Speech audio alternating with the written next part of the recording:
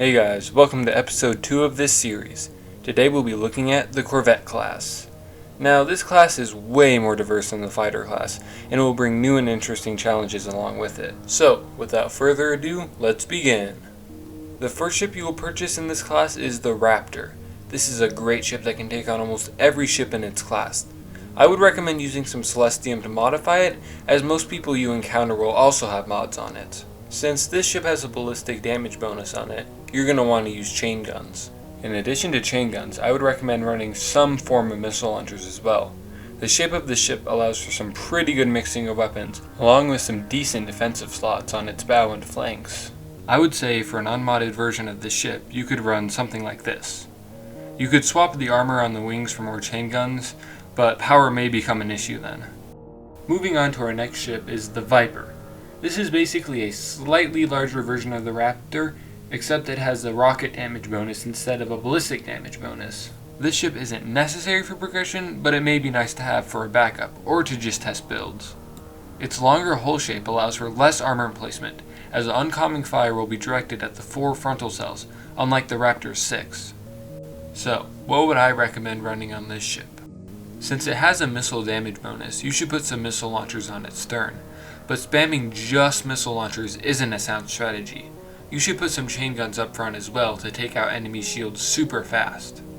You can kind of mix and match where you want these things to be, along with like your shields and reactors, but as long as you keep that core offensive capability, you should be fine.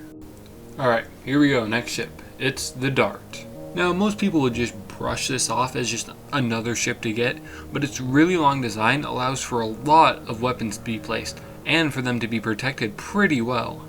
The rear of this ship is built perfectly. It has 4 slots for armors and 3 slots for reactors, and they are perfectly protected. Now, what would you do for weapons? Well, most people would think, oh, let's just do missiles. Let's spam missiles all over it. It has a 10% base missile damage bonus. That should be good.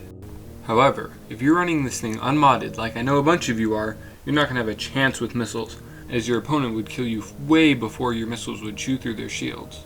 That's where you abuse the shape of this ship. It's called the Dart for a reason. So what you do is you line up a bunch of 1x2 lasers down the center of the ship. That will create one big beam going right into the enemy ship, drilling a hole in it like you're throwing a dart right at the ship. Yeah, that was a pretty bad analogy, but it works very well. Sorry, but I just gotta say this. I got kind of tired of just, making all these builds and saying, do this, that.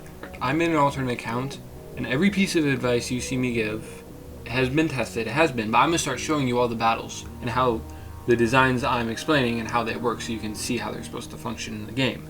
So here's that for the Dart. Okay, so here we have a pretty standard battle going against the Viper. But what you're going to see here is once I warp, all of the beams are in one line, so that all the damage is put on a few tiles.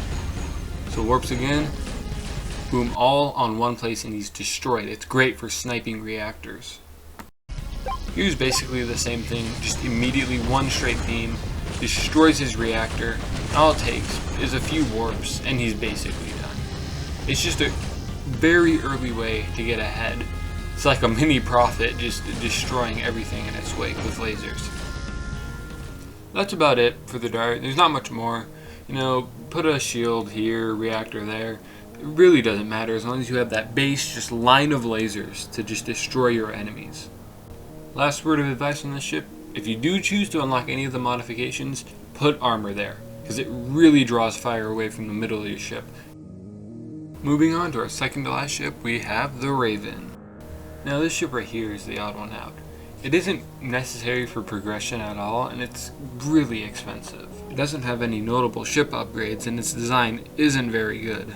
However, some of these shortcomings are made up by the fact that it has 2 light fighters for supports. Just like the Dart, I would recommend using lasers on this ship.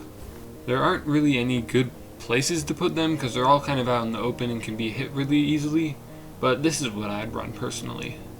This ship's rear is the exact same as the Dart's, so you can run the exact same reactor layout.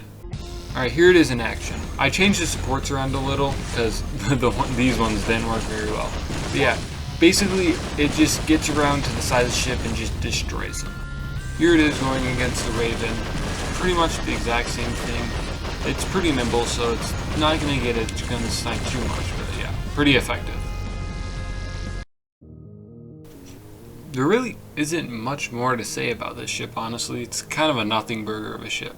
If you're going to mod it, get the engine mod so you can warp around and hit more shots, but wouldn't really recommend getting this ship for progression. Alright, we're at our last ship of the Corvette class, and this one is an absolute beast. It's the Iron Wing. When you unlock this ship, you'll be level 8, so you'll have access to a few new modules. You have the new 2x2 reactor and the Vulcan turret. These two will come in real handy later. Alright, for starters, this ship has a pretty decent ballistic damage bonus of 8.45% for a base, so you're definitely going to want to run some ballistic modules on this ship. So there's two builds I want to show you for this ship. Now, I'm not going to use this little infographic behind me, I'm just going to hand feed you these builds because these are some pretty good builds.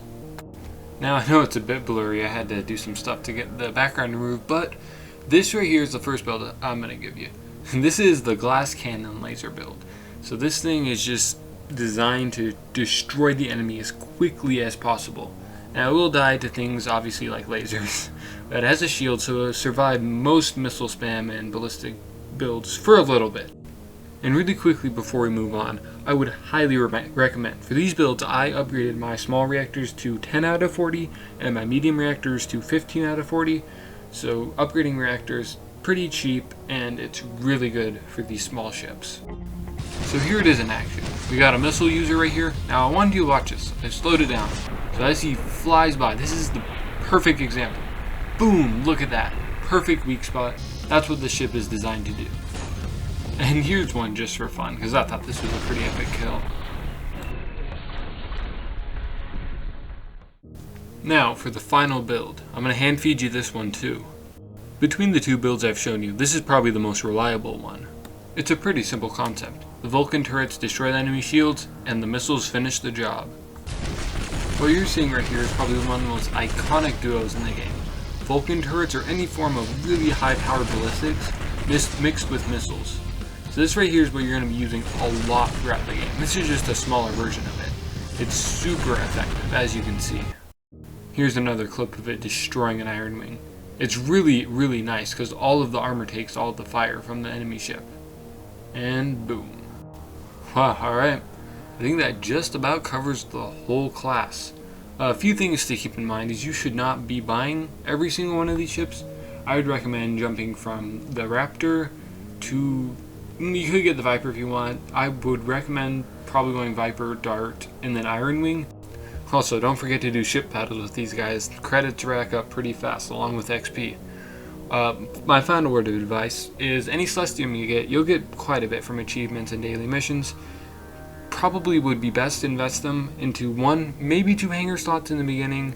Mods, probably engine mods are your best bet to see any good results. And then finally, the 100 Celestium to 500,000 credits is a really great deal.